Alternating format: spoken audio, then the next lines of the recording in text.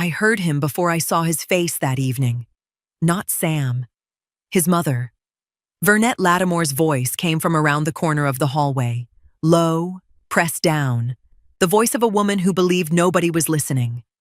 I was standing near the doorway of the private dining room, holding a glass I had stopped drinking from, watching my daughter laugh at something Sam said. Candace was in a yellow dress, her hand resting on his arm, the way a woman rests her hand on something she believes is hers. The room was full and warm. Everything looked exactly like what it was supposed to look like. Then Vernette said, "Sam, you cannot marry a black woman." I did not move. I did not announce myself. I stood where I was, and I listened. Sam's response came without hesitation, no irritation, no shame. The flat, unbothered tone of a man who finds a conversation more inconvenient than uncomfortable. "Mom, it's just for the money. She's naive, like her mother." The room kept moving behind me, glasses clinking, someone laughing too loud near the far wall. Candace still smiling, still beautiful, still completely unaware that the man whose arm she was holding had just reduced her to a line item. I stepped back through the doorway. I sat down at my seat, and I smiled. Not because anything was funny, because I recognized what I had just heard, and recognition, I have learned, is the beginning of power. My name is Corinthia Mays. I am a Birmingham woman, a retired school administrator, and the mother of that glowing girl in the yellow dress. I am telling you this story because I need you to understand something before we go any further. I have been in a version of this room before. Not this room, not these flowers, not this particular man, but this feeling. The feeling of understanding something that cannot yet be said out loud. The first time I felt it, I was younger and I had nothing to fight with.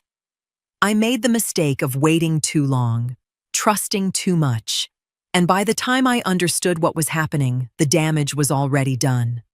I rebuilt, slowly, over years, and I promised myself that if I ever felt this feeling again, I would not wait. I was not going to wait. Now, wherever you are watching this, whatever time it is where you are, I want you to stay with me. Because what I am about to tell you is the kind of story that does not seem possible until you realize it happens every single day to women who trusted the wrong person and had nobody standing close enough to see it first. I was standing close enough. I did not tell Candace what I heard that night. I did not pull her aside. I did not cause a scene. I did not give Sam Lattimore a single reason to adjust what he was planning. I smiled. I finished the evening. I hugged my daughter at the door and told her she looked beautiful. Because she did. And then I went home, and I got to work. What I did over the next 4 days and what happened at that wedding is something that nobody in that room saw coming. Nobody except me. Sam caught my eye from across the room just before I left. He raised his glass, smooth, unhurried, the gesture of a man who believes he has accounted for every variable. I raised mine back. I did not sleep. I sat in my living room with every light off and listened to my house, the way you listen to something that used to feel safe and no longer does. The refrigerator hum, a car passing outside, the particular silence of a space where there is no one left to perform for. Candace was at her own place, probably asleep, probably dreaming about a wedding that was 36 hours away. I was sitting with her future in my hands, and I did not know yet if I had enough to stop what was coming. I started pulling it apart. Everything I had noticed about Sam Lattimore over 18 months that I had filed away and said nothing about because saying something meant another argument with my daughter about how I never trusted anyone she chose. The way he talked about money, always fluent, always half a step ahead of wherever the conversation started. Most people talk about money the way they talk about the weather. Generally, loosely. Sam talked about it the way a man talks about a system he has spent years studying: investment frameworks, return timelines, portfolio positioning. It arrived in his sentences naturally, the way rehearsed things do when they have been rehearsed long enough. I had asked Candace once, just once, about the returns on what she was putting in. She shut it down before I finished the sentence. Mama, not everything is a problem. I had backed off. I always backed off when she used that tone because I knew what it meant. It meant she had already decided my concern was about my history and not about her present. And maybe she was right about that, once. She was not right this time. I thought about Vernette. The woman had stood in that hallway and heard her own son say, "It's just for the money." Heard him reduce my daughter to a transaction. And she had said nothing to stop him. No pushback. No correction. Nothing. What she said was Sam. One word. His name. The way you say someone's name when you want them to lower their voice, not when you want them to change what they are doing. She was not a bystander. She was a participant who chose the comfort of silence over the weight of conscience. And that told me something about how long this had been running. By 4 a.m, I had pulled out every financial document Candace had ever shared with me. It was not much. Candace guarded that part of her life carefully, especially from me. But there were fragments. A savings statement from 2 years ago. A property tax notice on her father's house. A single page from what she had described as her investment account, shown to me briefly during a conversation about her future that she ended before it went too deep.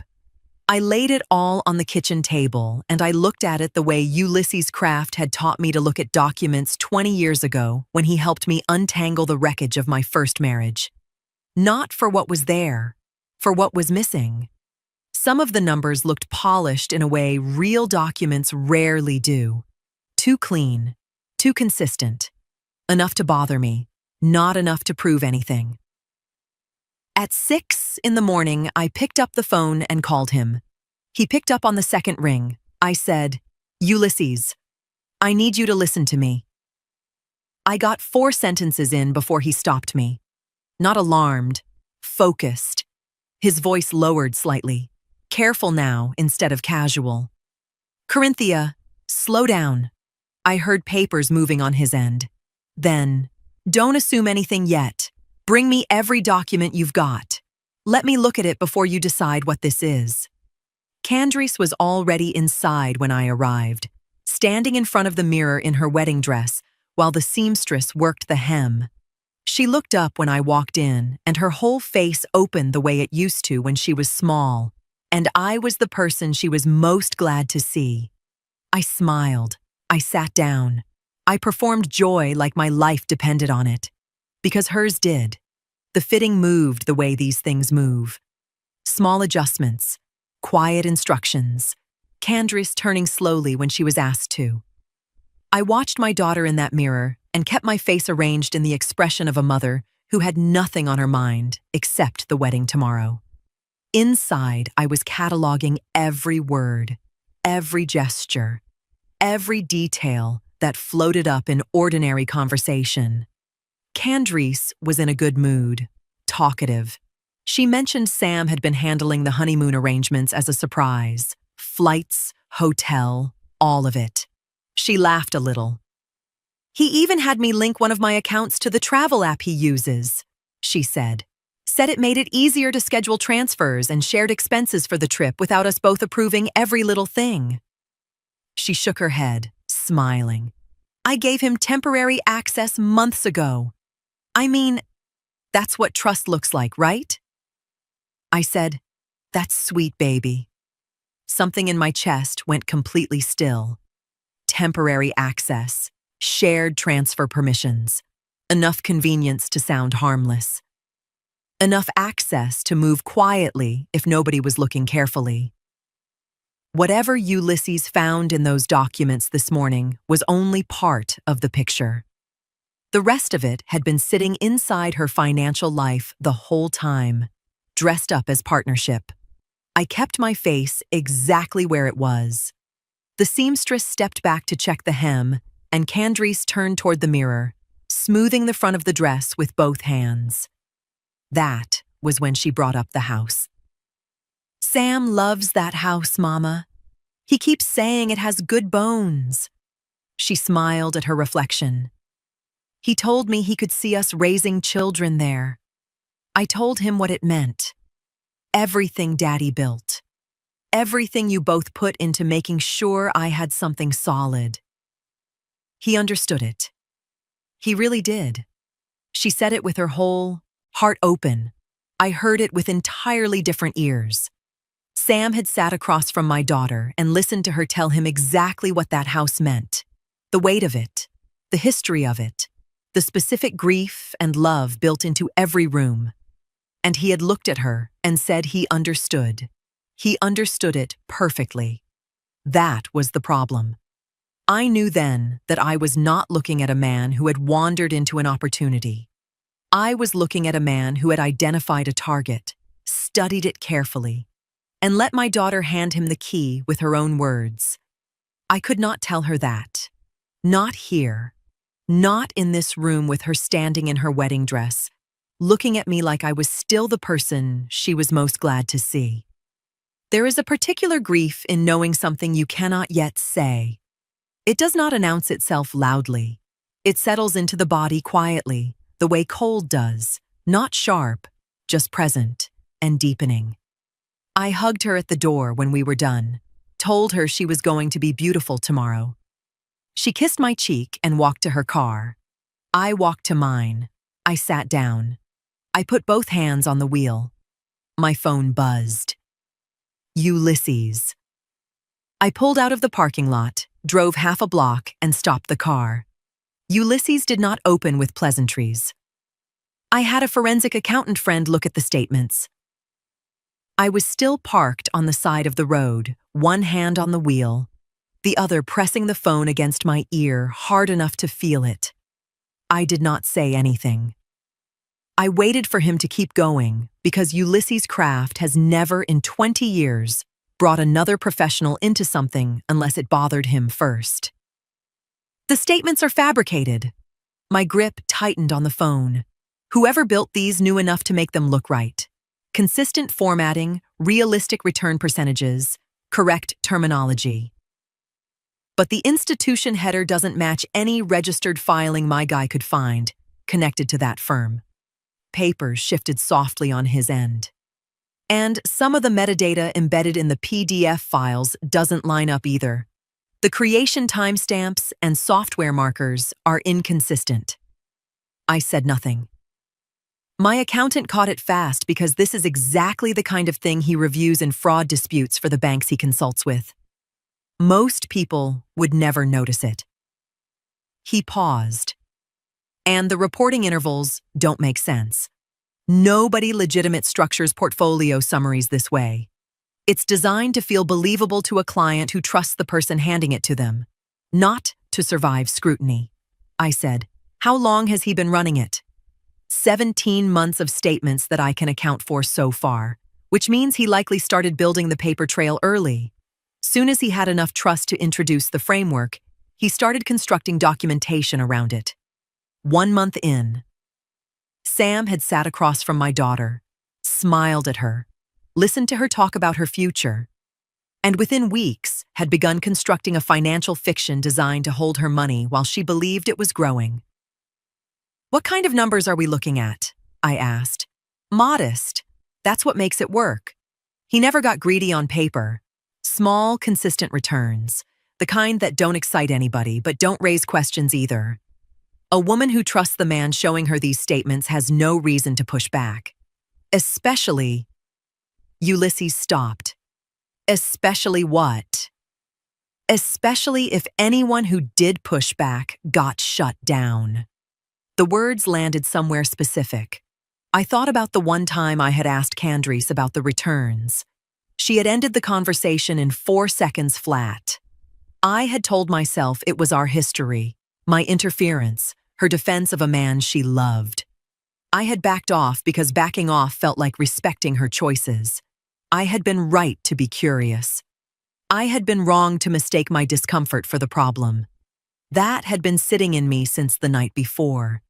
It settled heavier now. "She showed me one page," I said. "Once, about 8 months ago." One page is enough to show someone without showing them anything. He controlled what she saw and when she saw it. That's not careless. That's managed. Ulysses let that sit for a moment. Corinthia.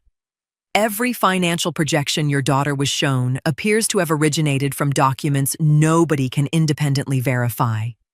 I sat with that. Candace had believed she was building something. She had believed the numbers were real. The growth was real. The future they were planning together was sitting somewhere accumulating quietly on her behalf. None of it was there. "Is that everything?" I asked.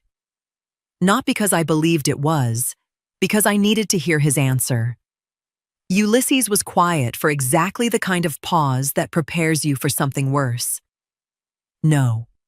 This is the first layer. I'm still tracing transfers and account activity." Another pause. "Give me until tomorrow evening. I want to be certain before I say more." I asked him what he thought he was going to find. He said, "I don't speculate. I document. I'll call you when I have the rest." The line went quiet. I sat in that parked car and looked at nothing for a long time. Tomorrow evening. The wedding was tomorrow morning. I did not know what my daughter was doing that evening. I found out later, weeks after everything, when Candace could finally talk about it without her jaw tightening. She told me quietly, "The way you confess something you are still not sure you have forgiven yourself for." She had been sitting on her couch, wedding dress hung on the back of her bedroom door, a glass of water on the table she had not touched. Her phone buzzed with a routine bank notification, the kind that arrives without warning and means nothing until it means everything. The balance was wrong, not dramatically wrong, not the kind of number that makes you gasp, just off. Quietly, specifically off in the way that makes the back of your neck go still before your mind catches up. Candace stared at it. She told me she opened the account screen and looked at the transaction history. There was a line she did not immediately recognize. She sat with it for a long moment, turning it over, trying to place it the way you try to place a face. You know. She almost called Sam. Then she almost called me. She told me my name came up on her screen for 3 full seconds. Her thumb was right there. She said she could feel herself about to press it. And then something stopped her. Not suspicion of me. Something closer to fear of what calling me might mean. Because calling me meant the question was real. And if the question was real, then the answer might be real too. And she had a wedding in 2 days. She put the phone face down on the cushion beside her, told herself it was a display error, a system lag. These things happen with mobile banking. Everyone knows that. It would correct itself by morning. It always did. She picked up the remote. She did not watch whatever came on. I did not know any of this that night. I was sitting at my own kitchen table with Ulysses's preliminary notes spread in front of me, reading the same lines repeatedly because my eyes kept moving without my mind following. 17 months of constructed statements. A man who had started building his paperwork 30 days into my daughter's relationship with him, as casually as you might open a savings account. 2 women, 2 houses, the same truth sitting between us like something neither of us had fully picked up yet. Me holding one end of it, Candace holding the other, neither of us knowing the other was there. What I know now that I did not know then is that the truth was in Candace's hand that evening. Right there. One phone call away from unraveling everything Sam had spent 17 months building. She put it down. Not because she was foolish. I need you to understand that. My daughter is not a foolish woman. She put it down because she needed what she had built with Sam to be real. And there is a difference between a woman who cannot see and a woman who is not ready to look. That difference matters. It is the difference I spent the next 2 days fighting to make sure she would not have to carry alone. My phone rang at 10:30. I did not recognize the specific weight of what was coming. I just saw Celestine's name and picked up. She skipped the greeting entirely. "Corinthia, you know I don't involve myself in things, but Vernette Lattimore was at a bank this afternoon. Marvela saw her, said she was moving fast and carrying an envelope." I sat up straight. I thanked Celestine and ended the call before she could ask me anything I was not ready to answer. Then I called Ulysses. He picked up on the first ring this time. I told him what Celestine had said. Vernette at a bank that afternoon, moving fast, carrying an envelope. When I finished, he was quiet in the particular way he gets quiet when something has just confirmed a direction he was already looking. "Full name," he said. "Vernette Lattimore." "Bank?" I did not know which one. I told him Marvela had not said. "Doesn't matter yet." Papers shifted softly on his end. Candace signed authorization this afternoon letting me request preliminary account activity tied to the transfers we already flagged. If Vernette accepted funds connected to one of those movements, it'll surface fast enough. Give me an hour. I put the phone down and sat with what I knew. Vernette had not gone to that bank for herself. Women like Vernette, women who have spent decades building a particular image in a particular community, do not move fast and carry envelopes unless someone they love has asked them to. Sam had asked, and she had gone, the same way she had stood in that hallway and heard him say, "It's just for the money," and chosen to say nothing except his name in a lowered voice. She had been making that choice for him for a long time. I could feel it. I thought about what it means to protect a child at the cost of your own conscience. I have made sacrifices for Candace that I would not catalog out loud. But there is a line, there has always been a line, between protecting your child and participating in what they are doing to someone else's. Vernette had crossed that line the moment she stayed silent in that hallway. She crossed it again when she walked into that bank. Her silence and her signature were the same decision, just made in different rooms. Ulysses called back in 50 minutes. "We found a transfer tied to her account. $18,000, 3 days ago." Papers shifted on his end. "The receiving account is under Vernette Lattimore's name. One of the intermediary accounts routing the funds overlaps with transfers we're already reviewing."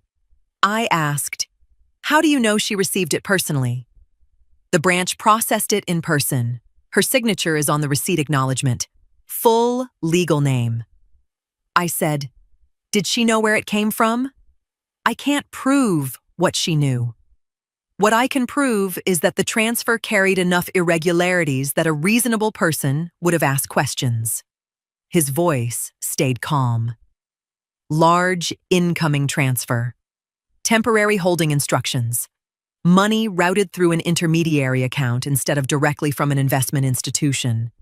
If this goes where I think it's going, investigators will care about whether she ignored obvious warning signs."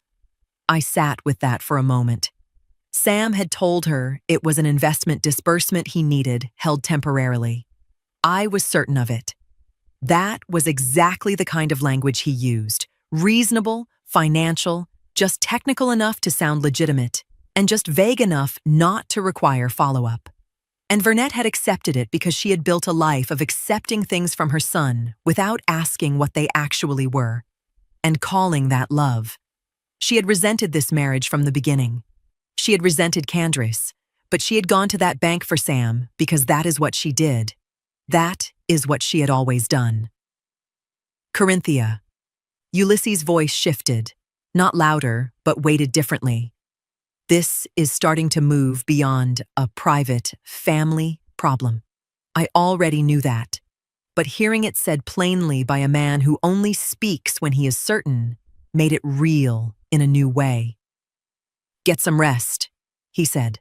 "I'm not done." He ended the call. I looked at the clock.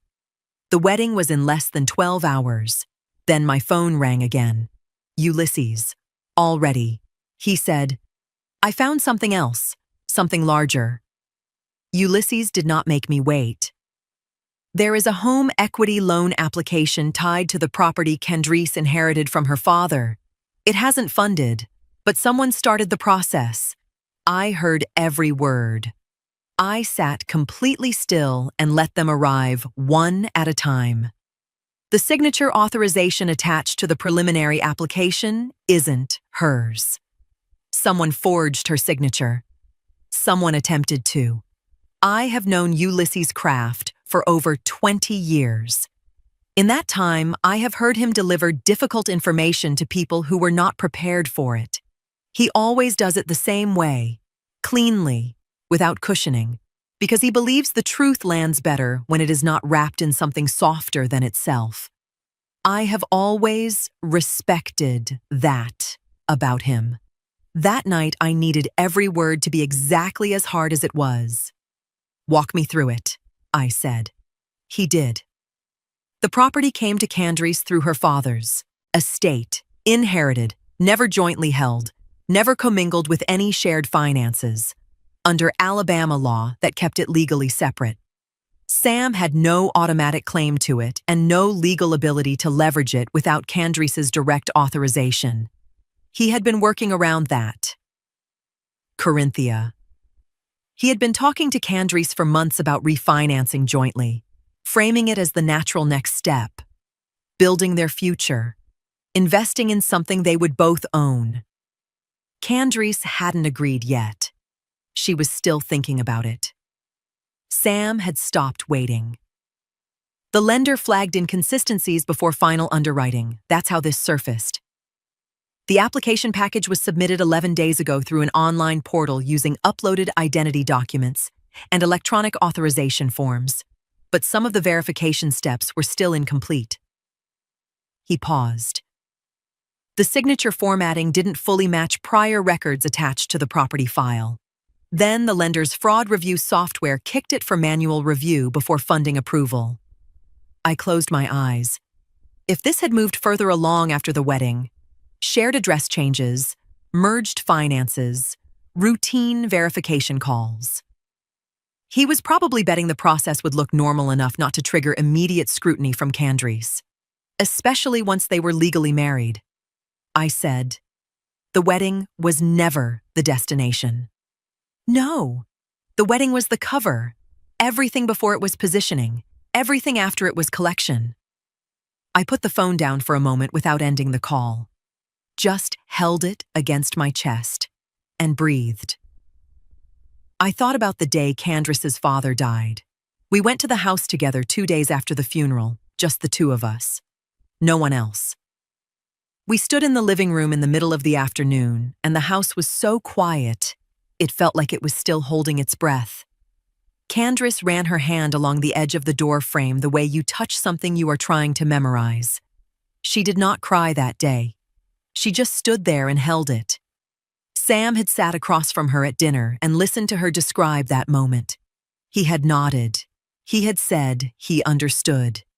He had taken that specific grief, that specific love, and recorded it as the location of the load-bearing wall. And Vernette had raised him, had raised a man who could sit across from a woman's open heart and see square footage. I picked the phone back up. "Ulysses. Still here. Is there enough?" He did not hesitate. "There is enough to justify immediate legal intervention, but it needs to be in an attorney's hands tonight, not tomorrow. Tonight." A pause. "And Corinthia, tell the attorney about the mother too. The transfer, the signature acknowledgement, all of it. Vernette is part of this picture now." I was already reaching for my contacts before he finished the sentence. Perline Odom's office smelled like case files and cold coffee. She was already at her desk when I arrived, which told me she had not gone home either. She took Ulysses' report without a word and read it the way she reads everything, completely still, no expression, no reaction I could measure. I sat across from her and waited. The clock on her wall was the loudest thing in the room. When she finished, she set the last page down and looked at me. Potential wire fraud, forgery exposure, civil fraud. She said it the way a doctor reads a chart, not cruel, not gentle, factual. The fabricated statements transmitted electronically raise federal fraud issues. The loan application package containing the disputed signature creates serious forgery exposure under Alabama statute. And the financial misrepresentations used to obtain your daughter's money create a strong civil fraud case. She paused. This is real enough that nobody involved should ignore it. I exhaled for what felt like the first time in 2 days. Then she pulled a second page toward her. The mother. Vernette Lattimore, I said. The transfer puts her in dangerous territory. Perline's voice did not change. She accepted money routed through questionable accounts, signed acknowledgement paperwork, and apparently asked no meaningful questions despite obvious irregularities. She tapped the file once with her finger. That doesn't automatically make her criminally liable. But if investigators conclude she deliberately ignored warning signs, she becomes useful leverage very quickly. I thought about Vernette in that hallway, her voice low and urgent. The way she said Sam's name when she wanted him quieter, not different. This was what different looked like. Perline continued, I can file an emergency civil injunction tonight to halt any movement on that property application while the bank's fraud department reviews the file. That buys time. She glanced back down at Ulysses's notes. Separately, a financial crimes detective I've worked with before has seen a handful of complaints over the last 2 years involving relationship-based investment schemes using similar patterns. Fabricated portfolio summaries, temporary transfer explanations, shared account access. She looked back at me. Nobody has enough yet for a larger case. But your future son-in-law's name now overlaps with documentation they may want to review more closely. That settled heavier than everything else had. Not because Sam was worse than I believed, because it meant he had possibly done versions of this before. Perline set both pages aside and looked at me with the first non-legal question of the evening. Are you prepared for what this does to your daughter before it helps her? The room went quiet. I thought about Candace in her wedding dress, her hand on Sam's arm, the way her face opened when I walked into the fitting. I thought about what tomorrow was going to do to all of that. The dress, the flowers, the version of her life she had been building toward. Then I thought about the door frame she touched the day her father died. The house Sam had tried to reach with forged paperwork. Yes, I said. Perline nodded once. She picked up her pen. The injunction request goes out tonight. The bank will receive a fraud alert attached to the pending application by morning. She closed the folder carefully. As for Sam and his mother, the detective intends to make contact before they leave town. Quietly. No public spectacle unless somebody creates one.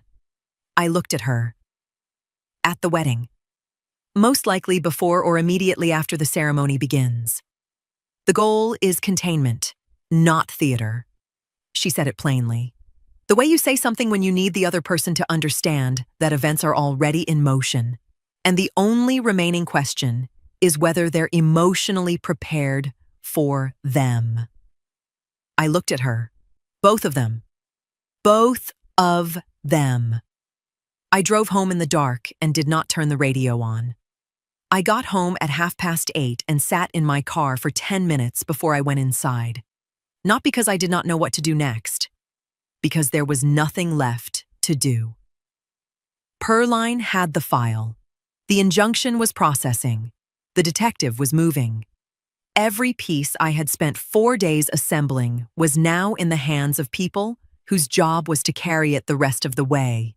What remained was the hardest part of all of it: waiting. I went inside. I did not turn on the television.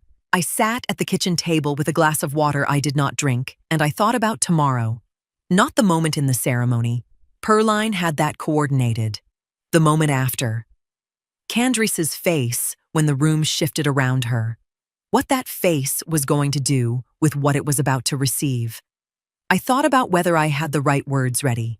Then I thought about whether words were even the right instrument for what tomorrow was going to ask of both of us. My phone was on the table. Candace's name was right there. I did not call her.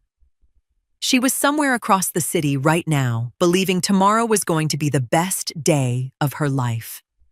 Whatever sleep she managed to find tonight was the last sleep she was going to have, as a woman who did not know what Sam Lattimore had been building inside her life.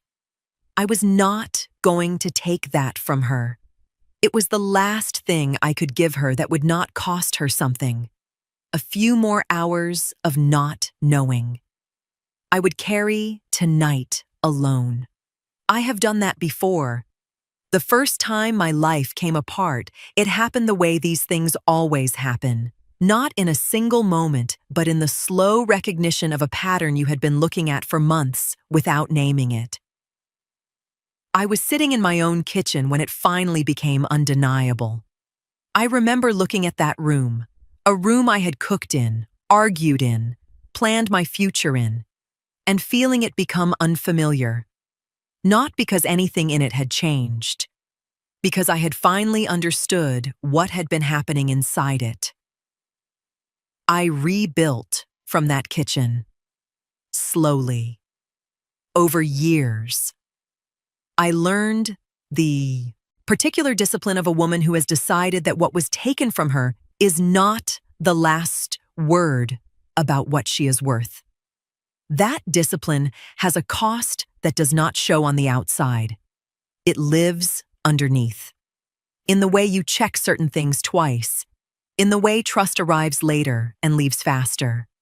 In the way you sometimes stand in a room that is yours and still feel the ghost of the room it used to be. Candace was not going to rebuild from a kitchen alone. I would make sure of that.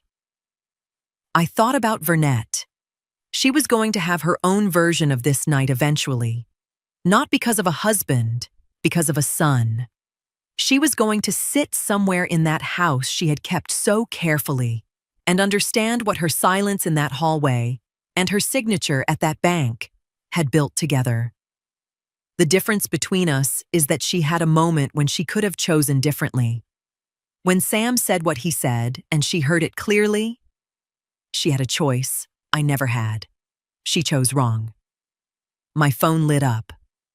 Perline, 1 sentence. Injunction confirmed. Detective is set for both of them. I read it twice. Then I set the phone face down on the table, closed my eyes, and for the first time in 4 days, I let myself breathe all the way out. Tomorrow was already decided. I just had to show up for it. I was up before my alarm. I stood in front of my closet for longer than the decision required. Not because I did not know what I was wearing, I had laid it out the night before, but because getting dressed for this particular morning required something beyond choosing clothes. It required settling into what I already knew was coming and deciding one more time that I was ready for it. I dressed slowly, deliberately. Somewhere across Birmingham, Sam Lattimore was getting dressed too, probably with the particular ease of a man who believed today was the day his plan completed. The wedding, the marriage, the access, all of it arriving on schedule, wrapped in flowers and vows, with everyone he needed in the same room and none of them knowing what he knew. He had not accounted for what I knew. I thought about Vernette pulling her church clothes from the closet. The woman who had built a life around appearing a certain way in this city, composed, upstanding. A mother who raised her son right. She was going to walk into that venue today and sit in the front row in her good dress, believing the worst thing that had happened to her this week was her son marrying a black woman. She had no idea what her signature had already set in motion. I arrived at the venue 40 minutes before the ceremony. Celestine was already seated near the back, third row from the last, exactly where I had asked her to be. She had not asked me a single question when I called 2 nights ago. I had simply said stay close and stay calm no matter what happens in that room, and she had said, I'll be there. That was 20 years of friendship working exactly the way it was supposed to. Our eyes met when I walked in. I gave her the smallest nod. She looked forward and did not look back. My phone buzzed once. Perline, gray jacket, aisle seat, third row from back, left side, second one on the right. Financial crimes unit, quiet approach only. I walked to my seat. I noted both of them. One look, nothing more. They did not look like police. That was the point. 2 men in ordinary jackets sitting separately near the aisle, like guests who had arrived early and preferred the back rows. Then I put my phone away and did not touch it again. Candace found me before the processional began. She came around the corner in her dress with her hands pressed together in front of her the way she does when she is trying to hold herself steady. And when she saw me, her whole face shifted into something that was relief and nerves and love all at once. I opened my arms. She walked into them. I held her, and I did not speak because there was nothing I could say in that moment that the moment could hold. She was completely present in the life she believed she was walking into. Every part of her was here, was ready, was certain. She pulled back slightly. Mama, you're holding me too tight. I loosened my arms. I did not let go.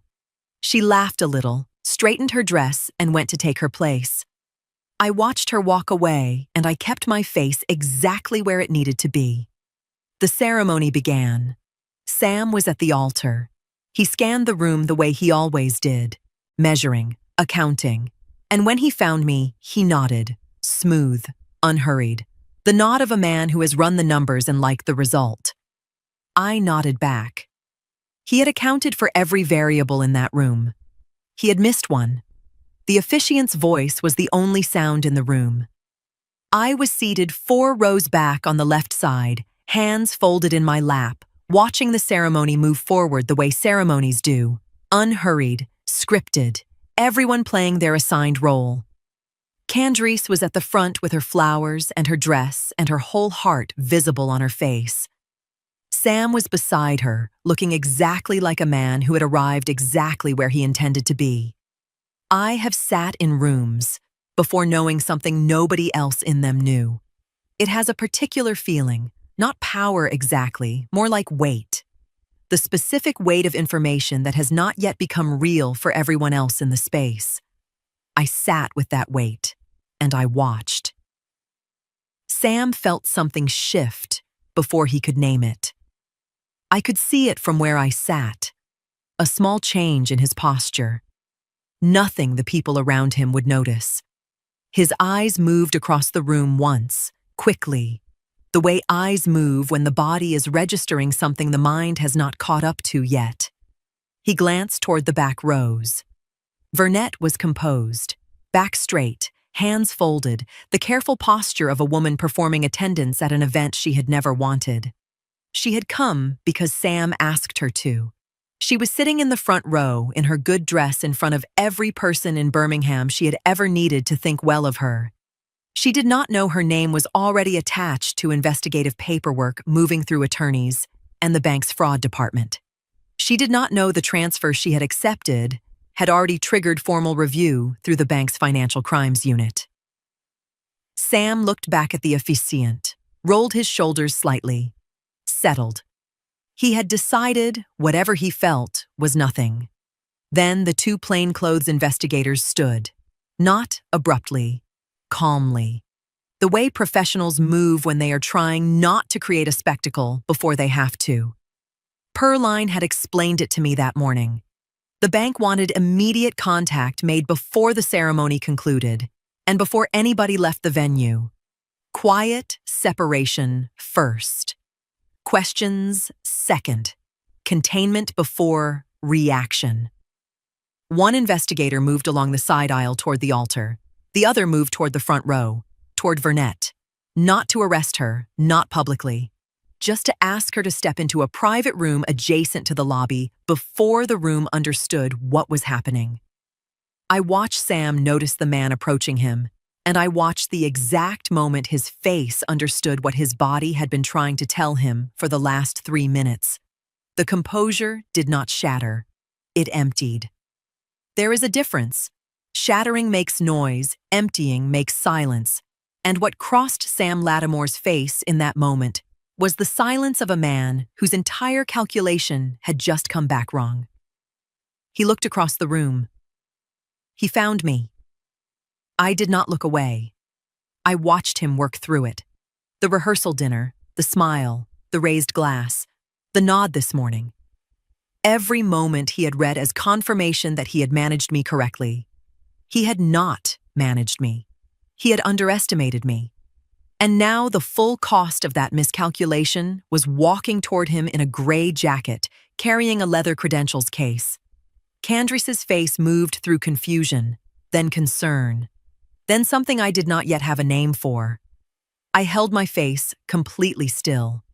It was the last thing I could do for her from this distance. The investigator reached the altar and spoke quietly enough that only the first few rows could hear. Sam's expression changed almost invisibly. Not panic, recognition. In the front row, Vernette rose slowly to her feet. Not because she chose to stand, because someone was asking her to. The room did not erupt. That is the thing about real moments. They do not announce themselves the way people expect. There was no screaming, no dramatic collapse. The ceremony simply stopped, the way a clock stops, and every person in that room went very still inside the silence that followed. Sam was speaking to the detective in a low voice, with his back partially turned to the guests. Controlled, measured. The performance of a man who had not yet accepted that the performance was over. His hands were at his sides. His jaw was set. He was still, calculating. Then he looked across the room and found me. I watched it happen. The exact moment the calculation completed and came back wrong. He went through it in his eyes. The rehearsal dinner hallway, the smile I gave him, the glass I raised. Every moment he had filed as evidence that he had managed me. He had not managed me. He had handed me a 4-day head start and called it security. His composure did not break. It emptied. I held his gaze and I did not blink. In the front row, Vernette was being asked to step aside. The detective's voice was low and the words were professional, but the effect was not. The effect was a woman in her church clothes being separated from her son's wedding ceremony in front of every person in Birmingham she had spent decades positioning herself carefully around. She was not being arrested. The room did not know that. The room only saw what it saw. She looked at Sam. Sam did not look back at her. I watched her understand that. It moved across her face slowly, the way cold moves, not sharp, just settling. Her son, for whom she had gone to that bank, for whom she had signed her name without asking why, for whom she had stood in a hallway and swallowed her own conscience, could not find it in himself to meet her eyes in the moment she needed him to. She looked across the room at me. I did not hold her gaze the way I had held Sam's. I looked at her the way you look at a woman who made a choice and is now standing inside what that choice built. That was all. That was enough. She was moving toward the side corridor when she slowed near where I was standing. Whatever she had intended to say gathered itself and then did not come. The words did not arrive. I did not wait for them. I said it quietly. Just the two of us inside the noise of a room rearranging itself around what had just happened. You heard him say it. You went to the bank anyway. She had no answer for that. She walked on. That was the closing of something that had been open since the rehearsal dinner. Not a confrontation. One sentence. The truth delivered plainly in a room full of people who would spend years talking about this day. Candace had not moved through any of it.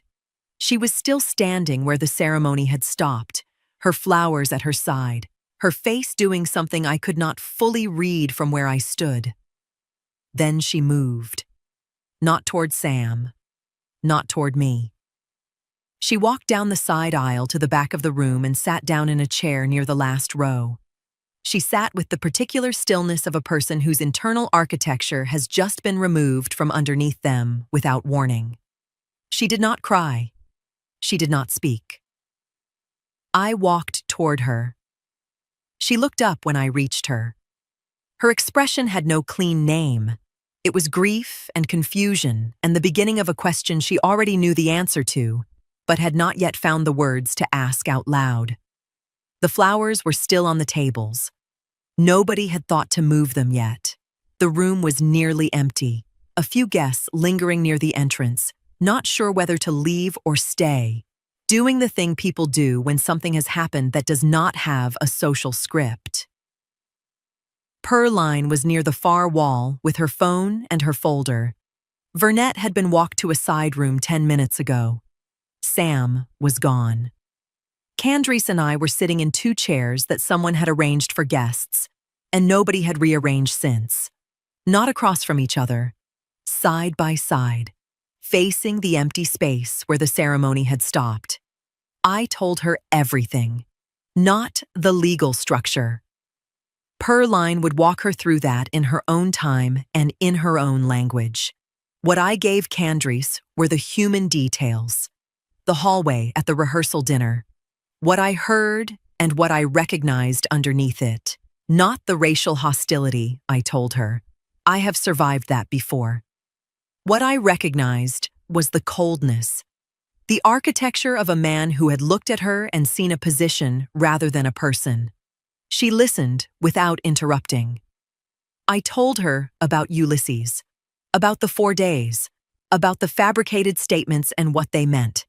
That every number Sam had ever shown her, every projected return, every conversation about their financial future together, had been built on documents that did not exist. The quiet on her face shifted. I watched her get there. The moment she understood where Sam had gotten his blueprint. Not from research, not from observation, from her. From the things she had told him in the early months when she believed she was being known by someone who wanted to know her. She had handed him her inheritance story, her father's house, her mother's history, her own financial picture, all of it offered freely, the way you offer things to someone you have decided to trust. He had taken notes. She said, he used what I told him. Yes. She sat with that. Then, what about Vernette? I told her about the wire transfer, the signature, what the law calls a person who accepts funds without asking questions they had every reason to ask. Candace was quiet for a moment. Then she said, she heard him say it, and she still came and sat in the front row. Yes. And the law is going to deal with her too. Pearline is handling it. She nodded. Not satisfied exactly. Something more complicated than satisfied. The nod of a woman filing information away to process later when she has more room for it. Then she turned and looked at me directly for the first time since I had sat down beside her. How long did you know something was wrong? Not the fraud. Him. I did not look away. Longer than I said anything. Why? Because I knew you wouldn't hear it from me. She held my eyes for a moment. Then she looked back at the empty room in front of us. She did not argue with it. We both knew it was true. We had built that particular dynamic together over years, her resistance and my interference, and the long, complicated space between a mother who saw too much and a daughter who needed to see for herself. That space had cost us both something this week. After a while, she said, "I want to see the documents." I looked toward Pearline. Pearline crossed the room without being asked twice and set the folder on Candace's lap. Candace opened it. She began to read. She read for a long time. Nobody spoke. Nobody moved. The flowers were still on the tables, and the room held all of it. The wreckage, the truth, and two women sitting inside both. Pearline called 3 days after the wedding. "The formal charging process has started," she said. "Wire fraud exposure, forgery, financial fraud." Papers shifted softly on her end. "The bank officially voided the pending loan application after the fraud review. The property is clean, wholly in Candace's name, untouched. And the recovery process on the unauthorized transfers is moving through the fraud department." Then she told me about Vernette. The civil investigative demand had been served. Vernette's attorney had done exactly what Pearline predicted, advised cooperation immediately. Vernette had sat across from investigators and answered every question they asked. Sam's instructions, the wire transfer, what he told her it was, and what she chose not to ask. Her statements were now part of the investigative file being built against her son. The $18,000 was already being moved toward recovery. I thought about Vernette sitting across from those investigators in whatever room that happened in. 30 years of carefully maintained standing in Birmingham's church community, the good dress, the composed posture, the reputation she had polished like furniture. And now she was the woman cooperating with investigators to protect herself from becoming part of the case. That city is not large enough for that to stay private.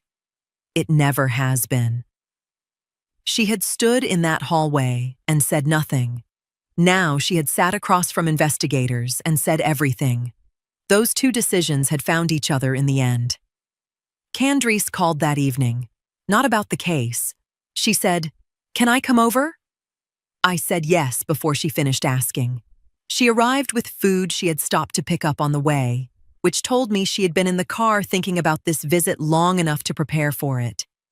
We ate mostly in silence at my kitchen table. The comfortable kind. The kind that has known the same two people for a long time. After a while, she said, "He knew about Daddy's house." Yes. I told him what it meant. Everything it represented. I handed him exactly what he needed. "You trusted someone you loved," I said. "That is not the same as handing him anything." She was quiet. Then, "I almost saw it. The night before the wedding. I had it right there in my hand, and I put it down." "I know." She looked at me. "How do you know?" I set my fork down. "Because I did the same thing once, a long time ago. And it cost me more than I want to count." She waited. So I told her. The full story, not the outline, the truth. The first husband and the joint account I did not examine closely enough because looking closely felt like distrust. And I had spent too long confusing trust with love, and love with safety. The morning I opened the bank statement and saw the withdrawals, not one large theft, but months of careful patient removal. The way you drain something slowly enough that the thing being drained does not notice until it is already empty. The attorney I could not afford properly. The settlement I accepted because I had no better option. The 2 jobs I worked for 6 years afterward. Not to get back to where I was, because where I was had been built on ground that was never as solid as I believed. To build something new. Something that belonged entirely to me and could be left to a daughter who deserved better than the rubble her mother had started from. I looked at her. What you inherited from your father was built on top of what I built from nothing. You never knew that until right now. Candace did not speak for a long time. Then she said, "Did he ever face any consequences?" "No." She looked at me steadily. Something had settled in her face, not anger. something quieter and more permanent than anger. "This one will," she said. "Both of them will." Perline's final confirmation came on a Tuesday morning. The EFTA recovery process for the unauthorized transfers had been formally initiated. 45 to 90 days for full recovery at that amount. But the documentation was clean, and the path was confirmed. The fabricated investment statements had been folded into the wire fraud charge. Sam's firm had issued a public suspension pending investigation. In Birmingham, that kind of announcement does not stay in a press release. It moves through the professional community the way everything moves in this city, fast and with names attached. Vernet's cooperation agreement was filed and sealed. She had saved herself from prosecution, and in doing so, handed her son's conviction a significant piece of its foundation. The church community she had navigated for 30 years, the same community that had watched her walk into that wedding venue in her good dress, now knew what she had signed her name to and why she had eventually talked. Both of those things were true simultaneously, and neither one canceled the other out. I thought about her for a moment. Not with satisfaction. With the particular clarity you feel when something has resolved the way it was always going to resolve once the right people had the right information. She had spent years building a version of herself she could present to that city. So had I. The difference is what we were each willing to do to protect what we had built. Candries called that afternoon and asked if I wanted to meet her at the house, her father's house. I said yes. I arrived first. I let myself in with the key she had given me years ago and stood in the front room while the afternoon light came through the windows, the way it always had in this house. Unhurried, particular to this specific set of rooms, unchanged by everything that had been attempted against it. Sam had forged a signature to reach this house. Vernet had accepted $18,000 to help him move faster toward it. Between the two of them, they had built what they believed was an airtight approach to something that did not belong to them. The house was still standing, still wholly in Candris's name. They had gotten close. Neither of them had gotten here. I thought about the first time my life was emptied. The bank statement. The months of removal I had not seen until it was complete. The years that followed. The discipline of rebuilding. The specific damage that lives underneath that discipline in a woman who has learned to check certain things twice and trust certain things later. I had not gotten justice that first time. The man responsible had walked away without consequence, and I had rebuilt from whatever he left behind without anyone to help me carry it. What I had gotten instead was 15 years of knowing exactly what I was looking at. When it came for Candries, I did not hesitate. I did not second guess. I did not mistake the architecture for anything other than what it was, because I had lived inside that architecture before, and I had spent 15 years learning every room of it. Candries came in quietly and stood beside me. We looked at the house together, the walls, the light, the particular silence of a space that knows it has been here longer than whatever was attempted against it. She took my hand. After a moment, she said, "He thought we were the kind of women you could just take from. He thought low was where we lived." I looked at my daughter. The first time it happened, I had nothing to fight with. This time, I had 15 years of knowing exactly what I was looking at. I held her hand. Low was never our last stop, baby. It was just where we learned to see. She squeezed my hand and did not let go. Outside, the Birmingham light held. The house was still theirs.